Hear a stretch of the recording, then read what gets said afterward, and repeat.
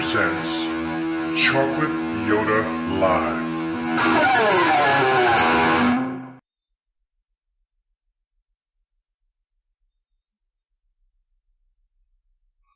Hey folks, Chocolate Yoddah here, spelled Y-O-D-D-A-H because film studios are litigious. Welcome to another installment of Chocolate Yoddah Live. Today is Friday, June 23rd, 2023.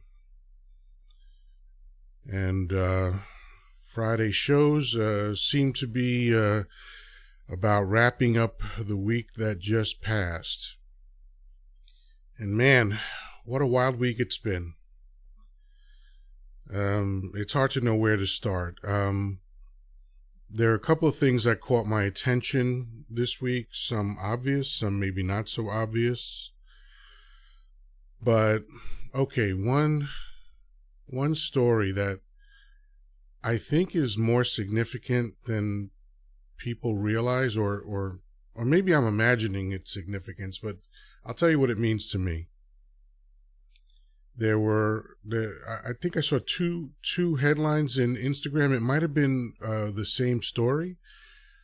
I didn't look into this, but I found out that orcas / killer whales / big dolphins, which is what they really are, attacked people in the wild.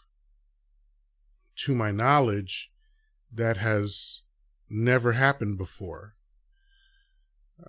As far as I can recall, the only time or times that killer whales have attacked humans has been at an aquarium, because that's a completely unnatural thing for them.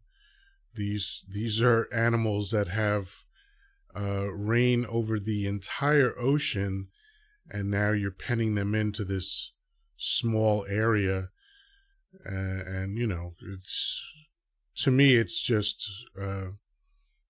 entertainment's version of torture and prison. And now suddenly killer whales are attacking humans. And one of the headlines that I saw on Instagram was a comment from a person that was on the boat that was attacked. He said they knew exactly what they were doing and they were very organized. And we know from watching killer whales hunt that they're extremely organized. They're also ruthless and merciless. They sometimes play with their prey, and I mean that literally. They toss their prey around while it's still alive. They torture it before they kill it and eat it. And look, that's nature, right? I mean, it bugs me when people wax poetic about nature. Oh, I'm going out into nature. Well, two things about that. Number one, wherever you're standing, you're in nature. Nature is everything, okay? Everything around you is the natural world. So you don't have to go anywhere to be in nature. You sound like an idiot. All right? So nature's everywhere.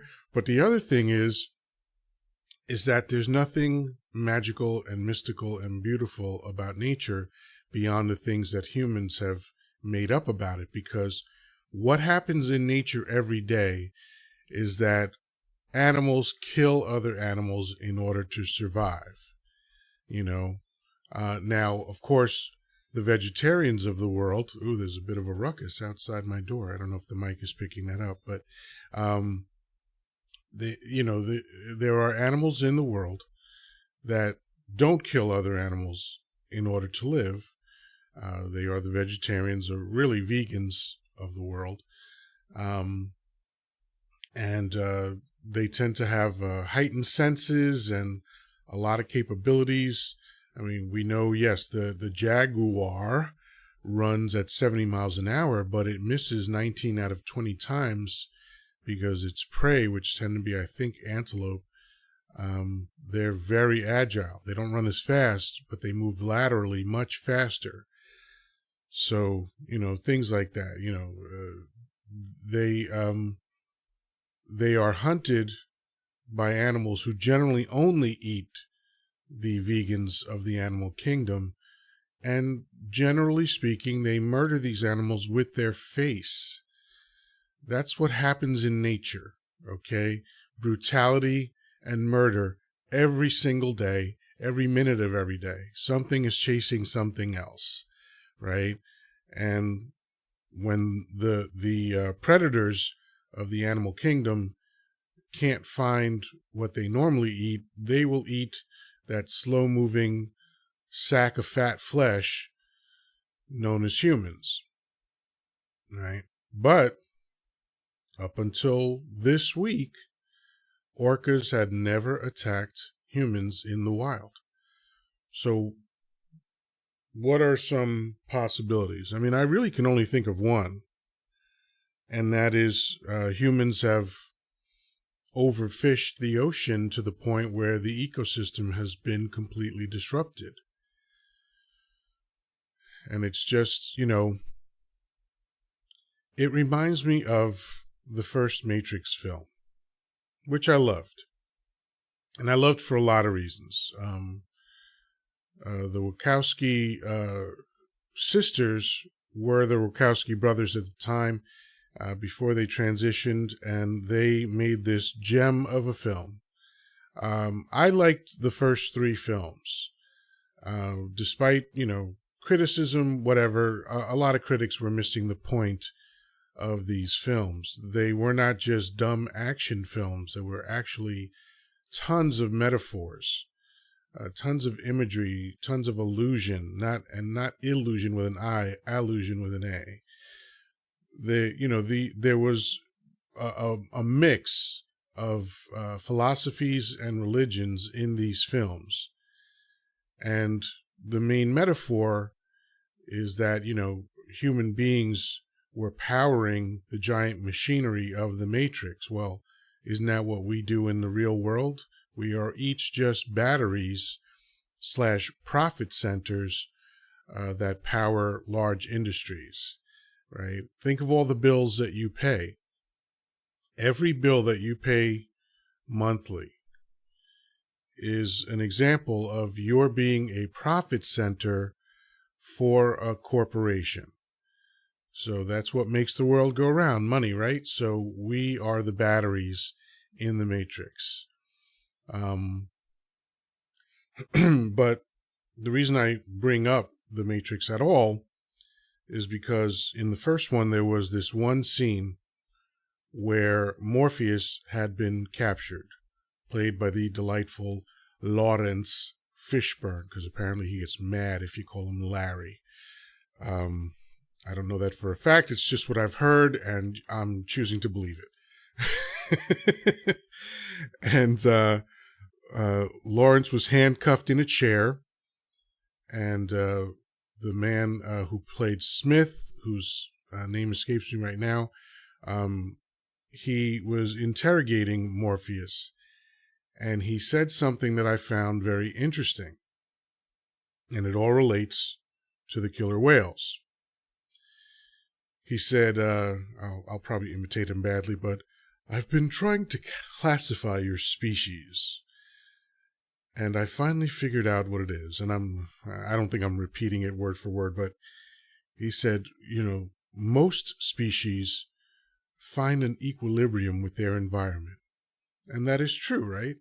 Every other species is in perfect balance with the environment. Like a great example of that, my favorite example, I would say, are the great apes, right?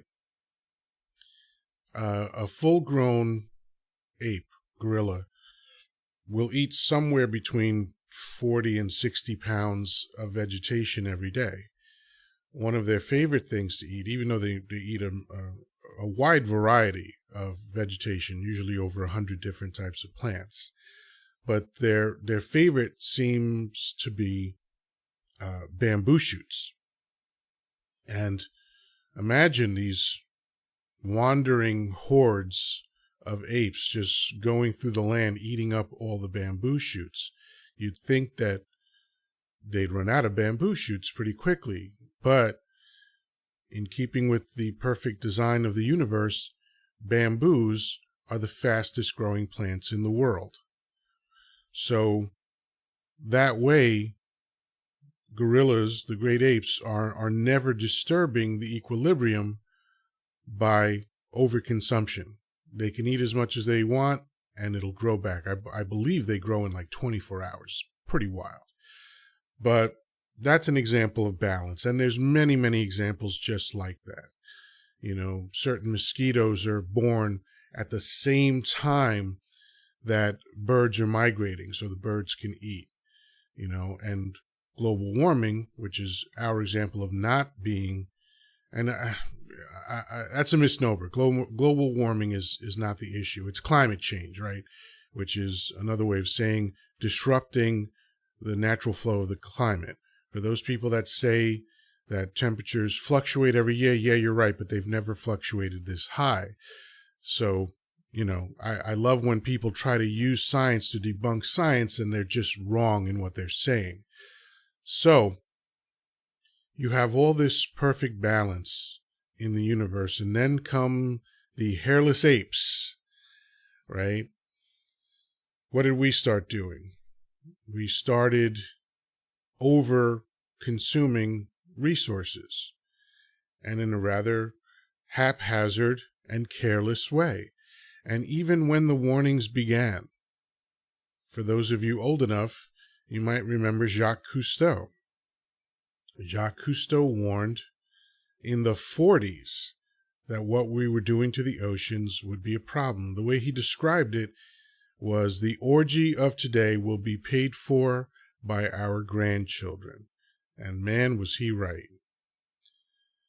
And so getting back to the Matrix, after Smith says that, you know, all other animals seek an equilibrium with their environment, he said only one species attacks the host, and that is viruses. So humans are like viruses. And I got to tell you, that's hard to argue. You know, it really is hard to argue. I remember a Joe Rogan special. I think it was 2005 or 2006. It was actually the first comedy special on Netflix.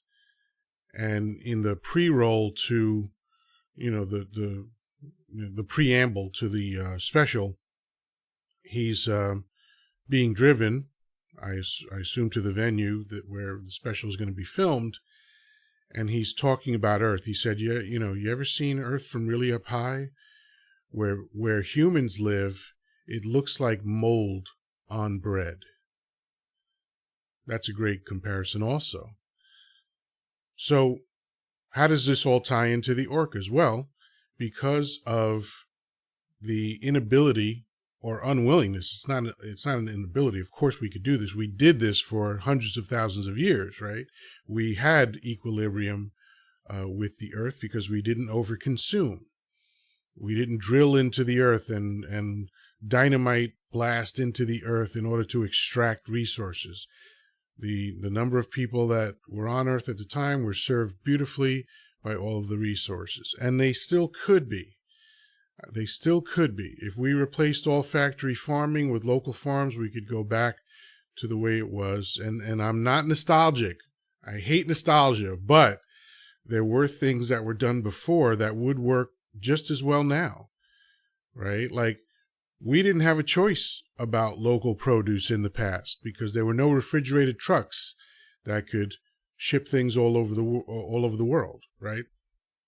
So, you know, your mother, I remember my mother used to drag me around not just to the grocery store. She would go to the butcher shop. She would go to the baker, you know, butcher, baker, candlestick maker, right? That's what moms used to do because they used to, you know, they didn't really have a choice about that. Refrigeration changed everything. And by the way, if memory serves, it was a black man who invented refrigerated trucks. So I'm 4 months late for Black History Month, but there you go. So here we are, humans, over-consuming, and we have depleted the ocean. I mean, we've dramatically affected the ecosystem of the ocean. And as a result, some of the species no longer have the fish that they would normally eat, or the sea life that they would normally eat. And so again, what else is in the water? The hairless apes, the slow-moving, almost defenseless hairless apes. Now, of course, we're only defenseless naturally. We've augmented that, easy for me to say. We've augmented our defenselessness. Man, hopefully my tongue will start working soon. We've augmented our defenselessness with weapons, right? Technology has saved us. You know, where it's cold, we have heat. We have indoor structures that we've built. Where it's hot, we've got air conditioning. Where it's dry, we have water. You know, we've done a phenomenal job of manipulating the environment, more so than any other species that's ever been known. I mean, we've split the atom. That's wild. I have no idea how that works. So when I say we, I wasn't involved, okay? When I'm saying we, I mean other humans that are way, way smarter than I am. I don't even understand how my light switch works. And I studied electricity. So I intellectually understood the mechanics that they described. A coal plant, oh my God. Well, I might be having a stroke in front of you right now. A cold plant generates electricity and then shoots it up into the wires, and then ever smaller wires dampen down that, you know, I think it's 480 volts, and eventually it goes to 240 in the wires, and then when it gets to your plug, it's 120. When it gets to your outlet, it's 120. And then even all of the things that you plug in are less than 120. I get that intellectually. What I don't understand is why that happens. So when I say I don't understand electricity, that's what I mean. I really don't understand why. I don't understand how lightning bolts, which are striking the earth 16 million times a day, to do what? To balance the energy. That's what the universe is about. It's all balance, right? There are no vacuums on Earth. Vacuums are always filled because a vacuum is an imbalance that must be balanced. So that's how everything works in the universe. That's how all species operate, except one. Yikes. Where's that music? Dun, dun, dun. Right? So that's why I agree with Smith in The Matrix that humans are basically a virus, and that's what I think has now caused orcas to start attacking humans. So that's why when I didn't see this really discussed, it was one of those things, you know, we have a 24-hour news cycle, so anything that happens that people are aware of, they just throw in because it's all content, right? So, oh, orcas attacked boats on a human. Boats on a human? Humans on a boat. Hey, syntax is really important, you know? You can take the same three words, and when you change them around, it changes the meaning completely. Like, the dog bit the boy. Look at that. That's the dog bit the boy. That's 5 words. You take those 5 words, and now you change them slightly. The boy bit the dog, and look at that. It's a completely new meaning. So, humans on a boat, not boats on a human. Very important distinction. So my concern is that this is just another of what I think are many examples of nature kind of trying to check humans. You know, I think nature has recognized in its infinite quest to balance things out that humans are the problem, right? George Carlin talked about it in one of his specials. Like, like every other organism on Earth, the Earth is an organism, and just like every other organism, it protects itself. Like even flowers put out an unpleasant chemical. I think it's either in the form of a scent or a liquid, but it's kind of the equivalent of a stink bomb. They emit an odor or a flavor that is completely objectionable to some of the insects that would eat it. So that's a form of self-defense, of self-preservation, right? And we know that there's a lot of that going around. Like every species seems to have a sense of self-preservation. So I don't think it's unreasonable to look at the Earth, which we know is a living organism, and see it as an organism. Oh, mother. Wow. Today, I don't know what it is today, but I am really having a challenge speaking. But hey, onward and upward, hopefully. The Earth is another organism that has a sense of self-preservation. And what Carlin was talking about is that, like AIDS was an example of the Earth trying to get rid of humans. Like, hey, let's make them terrified to try to reproduce.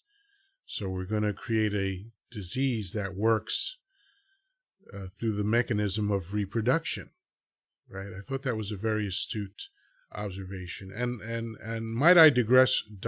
Oh my God, might I digress for a moment? I mean, can I? I don't know. We'll find out. But yesterday was June 22nd, and it marked the 15th anniversary of George Carlin's death. But I have it on good authority that he's going to be dead much, much longer. And I think he'd have liked that joke. At least I'm going to assume it. I want to believe it, and I am believing it, so there.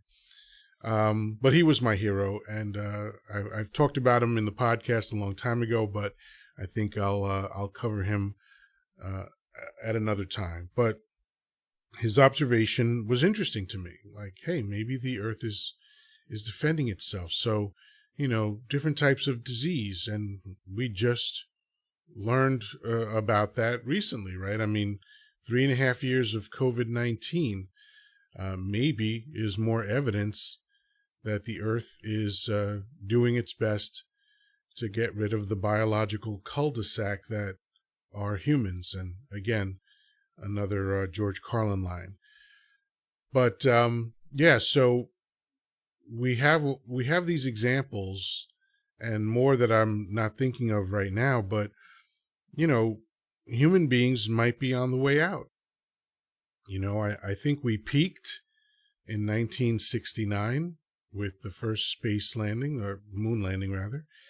Because I really can't think of innovation that's been quite as significant as that. I'm sure if there's a scientist listening, and I know there are, that they're probably pulling their hair out going, "You friggin' idiot, shut up, you don't know what you're talking about." I mean, I know there's been a lot of cool things. There's been a lot of amazing inventions.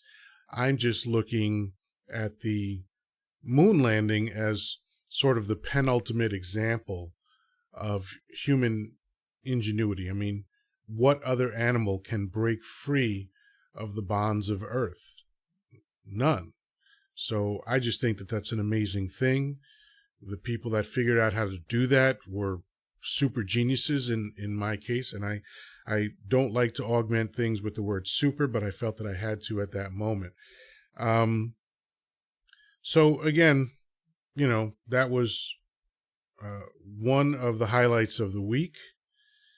The other, of course, was Donnie Dump's continuing lack of ability to stop himself from self-incriminating.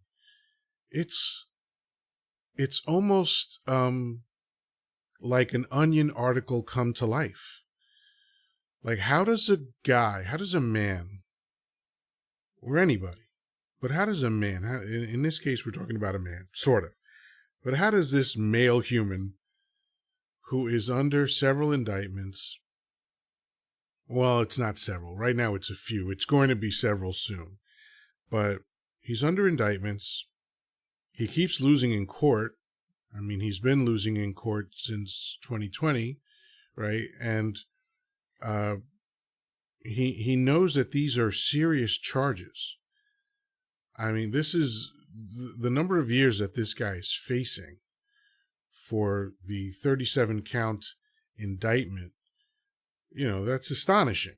You know, to know that your life is likely going to be changed drastically. Because look, even a 10 or 20 year sentence is probably tantamount to a death sentence at this point. But you know, you're the former White House squatter, and you have these charges against you that are really, really serious, unprecedented, first time in history that this has happened to someone who lived in the White House. And yet, instead of following the fervent instructions of your team of attorneys that you've paid millions of dollars to represent you, you're just shooting off at the mouth, and everything you say, almost everything that this man has said this week, is going to wind up in the courtroom as another exhibit of evidence on behalf of the prosecution. He keeps sinking himself. He, if I can armchair, therapize this guy, he is clearly an idiot, but moreover, his ego is killing him. His hubris seems to be an inexhaustible resource. He just doesn't ever shut up. He keeps thinking that he's going to outwit the person that he's speaking to on camera.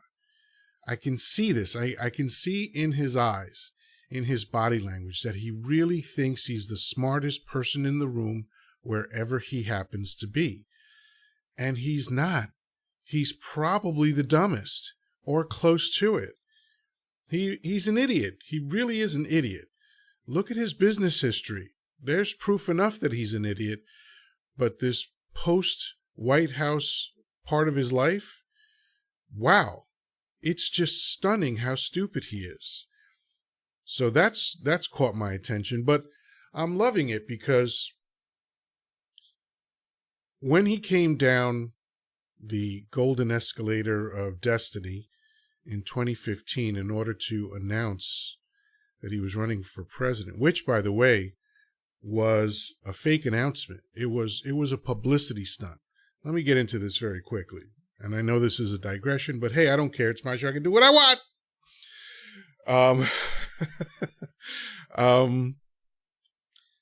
He was negotiating with NBC, and he was upset because he found out that Gwen Stefani was making more for being a judge on The Voice than he was being paid for The Apprentice, right? So he wanted to pull a publicity stunt to boost his ratings. So he and his abomination sons got together and said, hey, why don't you announce that you're running for president? We'll schedule a couple of rallies to make it seem legit. And, just go on television and say that you're running for president, give a speech as to why. And, we'll generate some buzz. We'll generate some heat, right? That was the agenda. He, from what I understand, never really imagined that he could be president. I mean, and by the way, he's been saying that he wanted to be president since the 80s. I remember the TV interviews and the newspapers and magazines talking about this. I believe is, pardon me, at least as far back as 1988. I remember clearly that he's been trying to run, but it was obvious that he didn't do any preparation. any time he was interviewed, even as recently as 2012, he just seemed like the buffoon that he is. He like, I know someone has a weak argument when they say something, and my one and only question is, what do you mean? And that completely obliterates their argument, right? And that was Dump in 2012. Blah, blah, blah, blah, blah, about this is how America should run. A reporter would say, what do you mean? And he would be lost. Okay, so this was not a serious contender, right? Well, what happened? What happened at that speech? What did he say? He said that Mexicans were rapists and murderers. They're not sending their best people. He talked about immigrants, and he talked about Muslims and terrorists, right? And what a coincidence that each one of those groups is largely represented by brown people. So that was a calculated choice, right? He's like, well, I gotta get up and create an enemy. So, well, I hate Jews, but I can't pick on them because their coalition is too powerful. It's kind of too obvious with blacks. Too much stuff is going on with that. Hey, let's talk about the brown folks. And after that speech, which I saw live, I thought to myself, well, he sounds just like Hitler. And if anyone disagrees with that, you have no position. You have absolutely no position. All the evidence is there. Because I double-checked myself. When I thought that, I was like, am I right about this? It really, because, I've seen some of the subtitled speeches that Hitler gave, but what I did was I looked up, I did a search for Hitler speech. Damn it, there it goes again. There's that stroke hitting me again.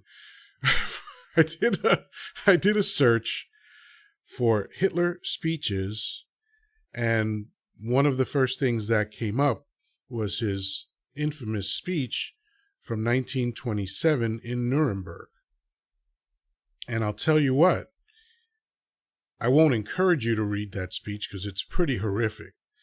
But if you choose to read that speech, what you'll see is what I saw, which is if you take the word Jew out of the Hitler speech and substitute it for Muslims and Mexicans or immigrants, it's the same speech.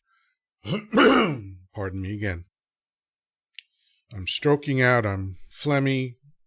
Man, this is not a banner day for me as far as broadcasting goes. But I'm happy to be here, so here we go. So I went on Facebook right after reading the speech at Nuremberg, and I said, yeah, Donnie Dump sounds like Hitler to me. And I caught a lot of flack for it. I went to high school predominantly with Italians and Jews. And one of my friends, who is Jewish, sent me a message sort of like, what are you doing, man? There's no way that you can compare. And my feeling is this. No one owns atrocities. They happen to a lot of different people. About a third of my family is Jewish, so I know what happened during World War II. My stepfather had family members murdered. This is not a flippant thing that I'm talking about. I understand history. But atrocities have happened to a lot of people. All right? And black and brown people are among those people that have suffered. And I don't normally compare atrocities, but the numbers are higher in the case of black and brown people. Doesn't matter, though. Atrocity is atrocity. So when I hear the hallmarks of Hitler-esque speech, because let me just tell you something about genocides. What a weird segue. But Back, I believe, in 1996 or 98, around there, this gentleman wrote a paper for the Department of State. State Department? I forget what they call it. But for the government of America. And it is called The 8 Stages of Genocide. You can find it right now. It's a PDF that you can download and read. And what he describes is the pattern that takes place whenever there's a genocide, because it's very consistent and it's predictable. If you have these elements, genocide is possible and unfortunately sometimes likely. And in this case, what I'm referring to is that you have someone of prominence speaking to the masses, and they say, our country is under attack. It is being attacked by those people who are different than us, and we need to do something about it. Doesn't that sound like a typical Hitler speech? It does to me. And it did when Donnie Dump said the same things. So I was right.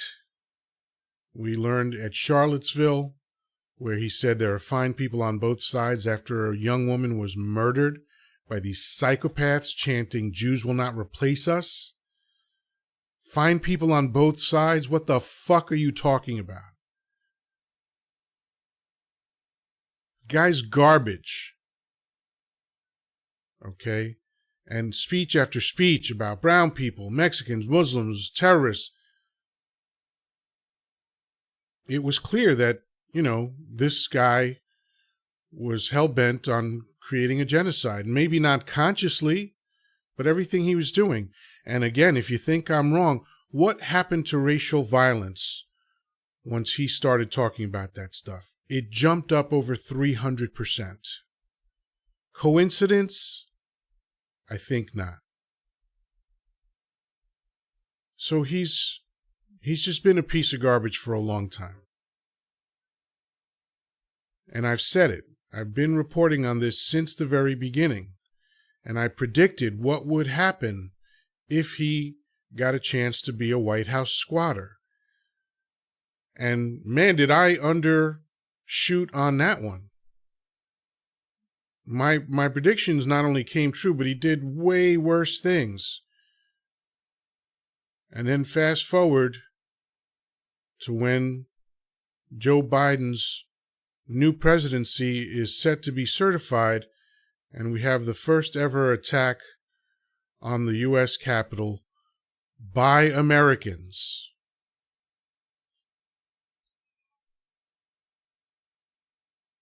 So that, along with stealing really sensitive secrets that literally put people's lives at risk, not only the people of the intelligence community, but all of the military and ultimately American citizens.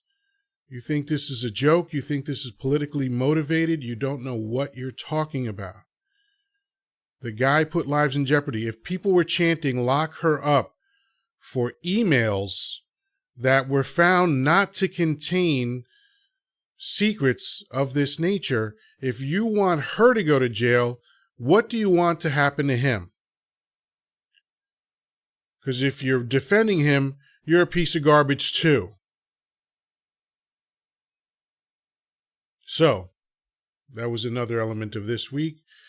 And last is the thing that I'll spend the least amount of time talking about, because I covered this yesterday. Of course, the tragic and preventable tragedy of 5 people who lost their lives on a sub built by an egomaniac. And I wouldn't feel bad if it was just him on the sub by himself, but he took 4 other people with him. So that was this week. It was a wild week. So, for those of you on Wisdom, we got a few listening. Very nice. Thank you. Thank you for listening. Starting Monday, when I'm done with the YouTube segment, I'm going to allow people to come on the mic. So I'll open the mic in the beginning, but I won't start taking calls until I'm done with the YouTube Live segment. Because I want to talk to you folks. I like you folks, even the goofy ones. So yeah, thank you for the folks on Wisdom who are listening. If you don't just want to listen to Chocolate Yoddah Live, you can go on YouTube. Okay, it's youtube.com/@thepersistentrumor/streams, or you can just click on the live tab and see me in all my beauty and grandeur and glory. I am stunningly handsome. Just kidding. I don't think I'm stunningly handsome.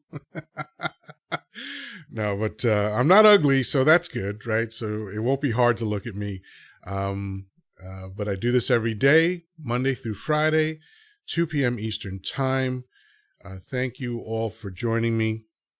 I really do appreciate it. I don't ever take it for granted. All right. I could be up here just talking to myself, but people are listening and people are watching, and I truly appreciate it. I'm just another talking monkey, but hopefully I say interesting things now and again. And with that, have a wonderful rest of your day.